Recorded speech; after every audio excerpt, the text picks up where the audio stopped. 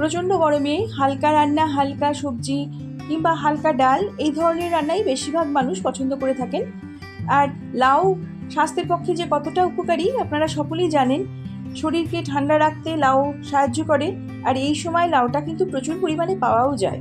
এই জন্যেই প্রকৃতি এই সময় লাউটা অঢেল করে ঢেলে দিয়েছে। আজকে আমি একটি রেসিপি নিয়ে এসেছি, খুব সহজ আর তাড়াতাড়ি হয়ে যায়। আপনারা দেখুন আমি কিভাবে করি। লাউ আর শাকের ডাঁটা দিয়ে মটর ডাল। মটর ডালটা আমি প্রথমে সেদ্ধ করে নিয়েছি। দেখুন এরকম ফাটা ফাটা করে সেদ্ধ করতে হবে। ভালো করে ধুয়ে নিয়ে আমি প্রেসার কুকারে 4টে বাসি দিয়ে সেদ্ধ করে নিয়েছি। ঠিক এইভাবেই সেদ্ধটা করতে হবে। দেখুন আস্ত আছে, সুসিদ্ধ হয়েছে, কিন্তু একদম পুরোপুরি গলে যায়নি। এরকমভাবেই সেদ্ধ করে নেবেন। আর প্রেসার কুকারের মধ্যে যখন সেদ্ধ করবেন তখন 2 পলা সর্ষের তেল দিয়ে দেবেন, তাহলে উপর থেকে ডালটা উতলে উঠবে না। এইভাবে ডালটা আমি সেদ্ধ করে নিয়েছি। ডালের পরিমাণটা এখানে আপনারা আপনাদের প্রয়োজন মতো নেবেন। এবার কড়াইতে দিয়ে দিচ্ছি সর্ষের তেল। সর্ষের তেলেই রান্নাটা করব। সর্ষের তেল পরিমাণ মতো দিয়ে এর মধ্যে আমি দিয়ে দেব তেজপাতা। একটা তেজপাতা দিলাম।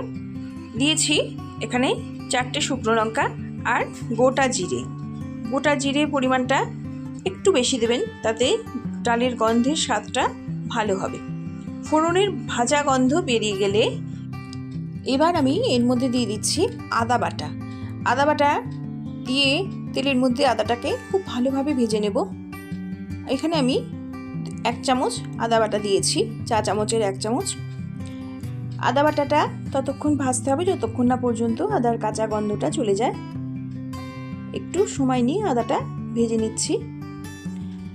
আদাটা ভেজে নেওয়া হয়ে গেছে।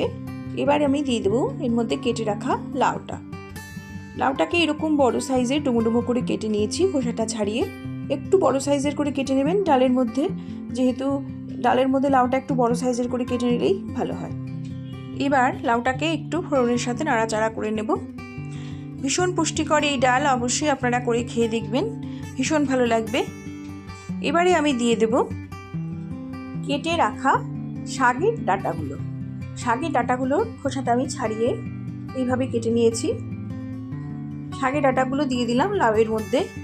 শাকের ডাঁটা এইভাবে লাউয়ের সঙ্গে দিয়ে মটর ডাল করে খেয়ে দেখবেন, ভীষণ ভালো লাগে। এই গরমের সময় এই ডাল কিন্তু অসাধারণ লাগে। একবার আপনারা করে খেয়ে দেখবেন যারা এখনও খাননি। এবার সব কিছু ভালোভাবে মিশিয়ে নিচ্ছি। ডাঁটা আর লাউ ফোড়নের সঙ্গে ভালো করে একটু নাড়াচাড়া করে নেব। দিয়ে দিচ্ছি পরিমাণ মতো লবণ। পরিমাণ মতো লবণ দিয়ে এরপরে আমি এর মধ্যে দিয়ে দেব পরিমাণ মতো হলুদ। হলুদ আর লবণ এবার ভালো করে মিশিয়ে নেব। উপর নিচ করে লাউয়ের ডাঁটার সাথে হলুদ আর লবণ ভালো করে মিশিয়ে নিচ্ছি। খুব তাড়াতাড়ি আর খুব সহজে হয়ে যায় এই রান্নাটা। আপনারা এই রান্নাটা করবেন, দেখবেন ভীষণ ভালো লাগবে। আর এত স্বাস্থ্যকর, এই সময় খাওয়াও ভীষণ ভালো।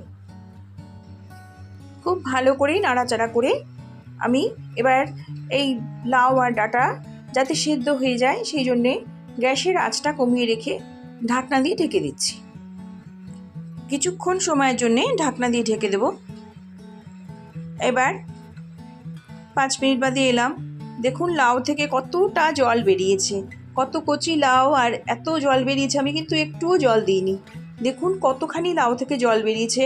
লাউয়ের জলেই লাউ আর ডাঁটা সেদ্ধ হয়ে এসেছে। দেখুন জল আমি একটুও দিইনি। এইভাবে লাউ আর ডাঁটাটা গ্যাসের আঁচটা কমিয়ে রেখে ঢাকনা দিয়ে ঢেকে সেদ্ধ করে নেবেন। ভাপে ভাপে প্রচুর জল বেরিয়ে সেদ্ধ হয়ে যাবে। এবারে ডালটা আমি ঢেলে দিলাম, সেদ্ধ করে রাখা মটর ডাল। এবার সব ভালো করে নাড়াচাড়া করে নেব।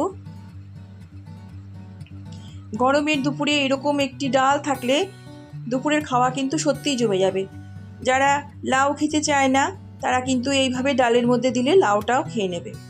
প্রেসার কুকারটা ধুয়ে সেই জলটাও দিয়ে দিলাম। দিয়ে দিচ্ছি কিছু চেরা কাঁচা লঙ্কা। এবার ভালো করে ফুটিয়ে নেব। ভালো করে টকবক করে ফুটছে। এই পর্যায়ে আমি এখন এখানে দিয়ে দিচ্ছি সামান্য চিনি। চিনিটা যদি আপনাদের আপত্তি থাকে তাহলে দেবেন না, একটু চিনি দিলে এই রান্নাটা খেতে ভালো লাগবে, সেই জন্য একটুখানি চিনি আমি দিলাম।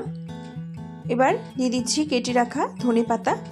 এইভাবে কুচিয়ে ধনেপাতা দিলে এই ডালের স্বাদ কিন্তু আরও বেড়ে যাবে, ভীষণ ভালো লাগবে। রান্নাটা আমার হয়ে গেছে, গ্যাসটা অফ করে আমি একটু সময় রেস্টে রেখে দিলাম।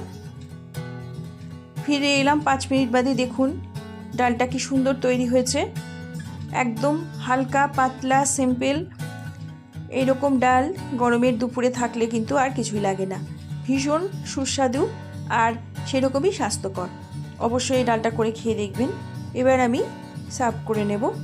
দেখুন আমি নিয়ে নিয়েছি, কি সুন্দর এই ডালটা, ধনেপাতার এত সুন্দর একটা গন্ধ বেরোচ্ছে ডালের সাথে, যার জন্যে কিন্তু আরও বেশি এটা লোভনীয় হয়ে উঠেছে।